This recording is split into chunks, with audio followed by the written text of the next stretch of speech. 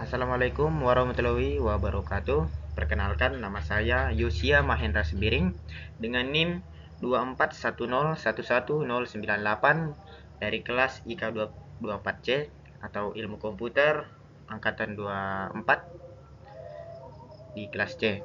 Jadi di sini saya akan menjelaskan tugas proyek UTS Sistem Operasi.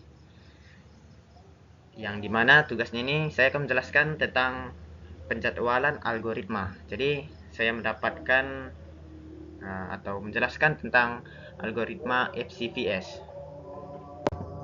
Oke, jadi kita harus ketahui bahwa FCVS ini adalah singkatan dari first come first serve. Jadi algoritma penjadwalan CPU yang melayani proses berdasarkan urutan kedatangannya, yang dimana itu sangat terurut. Jadi algoritmanya ini sangat berurut mulai dari awal sampai akhir. Jadi proses yang datang lebih dulu akan dieksekusi lebih dulu dan proses lain harus menunggu sampai proses sebelumnya selesai. Jadi seperti contohnya nih, dimana bahwa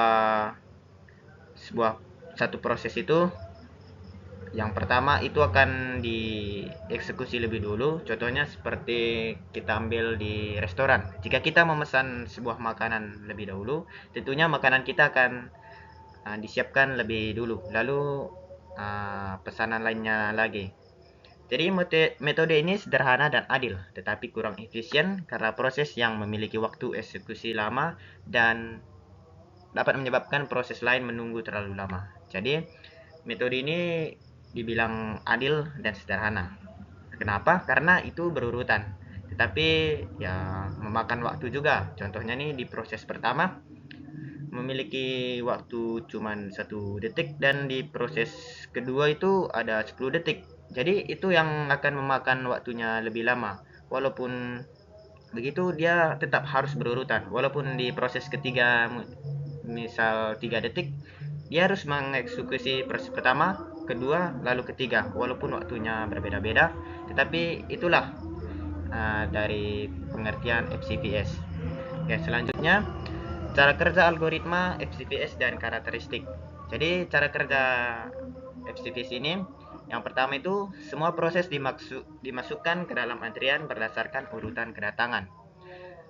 Dua, proses pertama yang datang atau arrival time paling kecil akan dikerjakan lebih dahulu. Setelah satu proses selesai, CPU akan melayani proses berikutnya sesuai urutan antrian. Dan yang keempat, tidak ada proses yang bisa menghentikan atau primitif proses lain atau harus menunggu giliran. Jadi seperti yang saya jelaskan tadi, contoh nih ada 5 proses atau 5 pesanan. Jadi pesanan pertama, pesanan kedua, pesanan ketiga, pesanan keempat, dan pesanan kelima.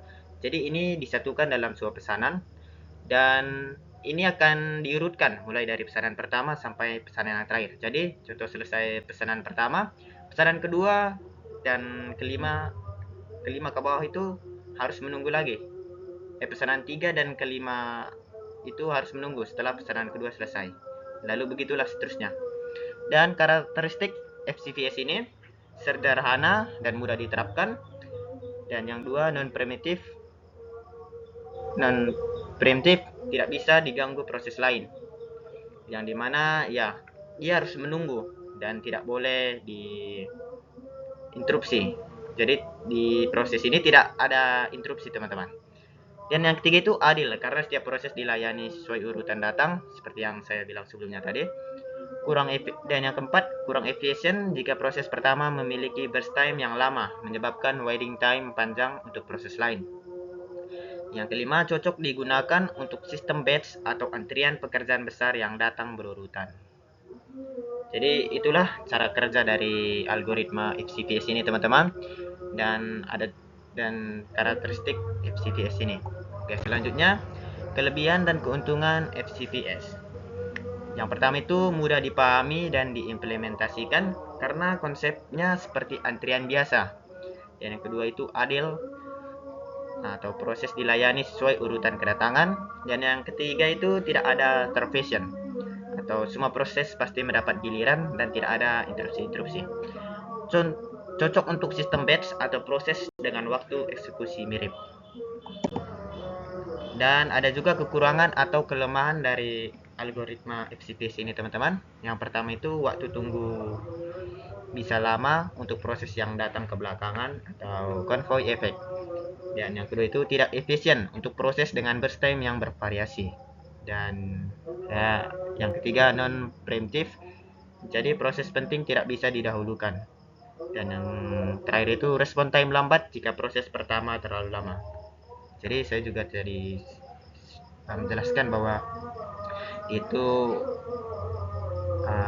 tidak ada interupsi, dan misalnya ada yang penting itu tidak bisa didahulukan karena ini bergiliran dan waktunya ini bisa lama jika prosesnya itu lama. Jadi itulah kekurangan dari FCPS ini. Oke, selanjutnya dari sini ada contoh soalnya, saya akan menjelaskannya teman-teman.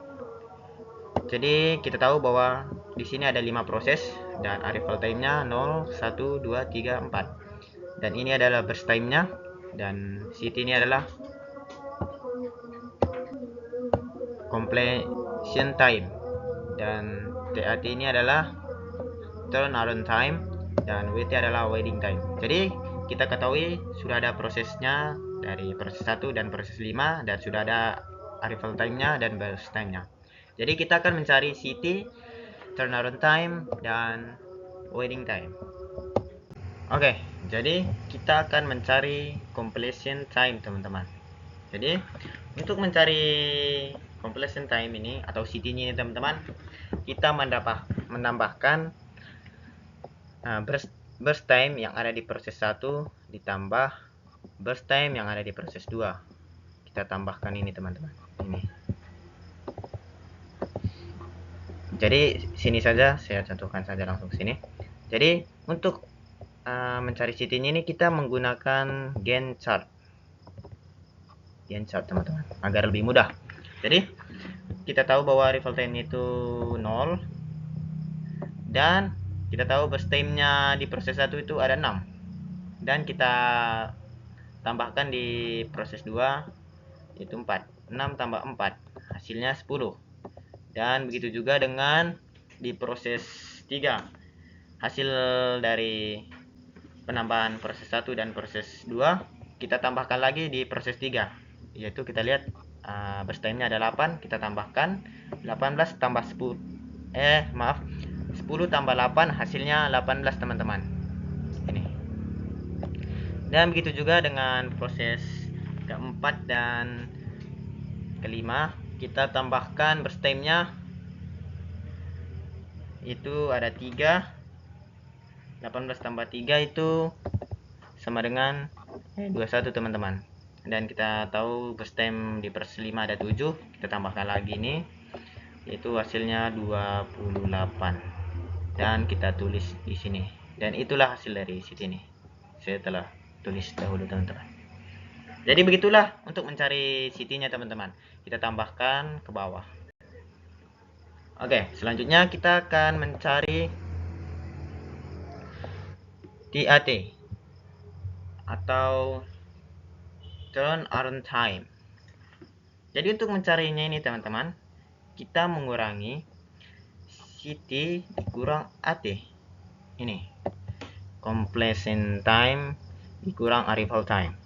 Kita tahu bahwa 6 kurang 0 itu hasilnya 6, dan 10 kurang 1 itu 9, 18 dikurang 2 16, 21 dikurang 3 18, dan 28 dikurang 4 hasilnya udah 4. Oke, jadi setelah kita mendapatkan ini teman-teman, setelah kita mendapatkan turnaround time-nya, kita mencari rata-ratanya.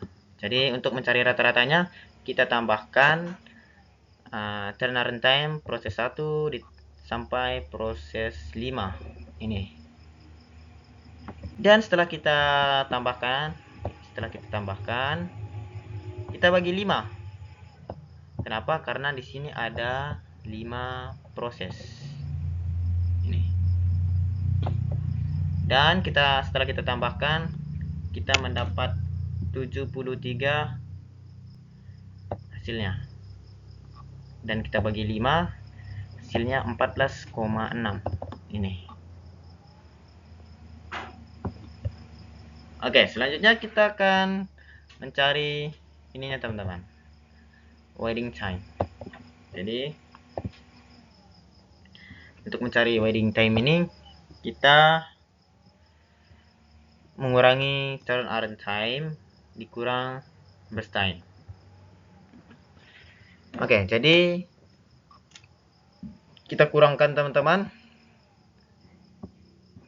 turnaround time-nya itu 6 dikurang 6 hasilnya 0, dan 9 dikurang 4 hasilnya 5, 16 kurang 8 hasilnya 8, 18 kurang 3 hasilnya 15, 24 kurang 7 hasilnya 17. Ini hasilnya teman-teman, ini Oke, setelah itu kita akan mencari rata-ratanya. Seperti tadi kita menambahkan dari proses 1 dan proses 5, kita tambahkan dan kita bagi 5. Ini. Setelah kita tambahkan, kita mendapat hasil 45 dan kita bagi 5. Ini. Dan hasil yang kita dapatkan ialah 9. Jadi, begitulah caranya teman-teman.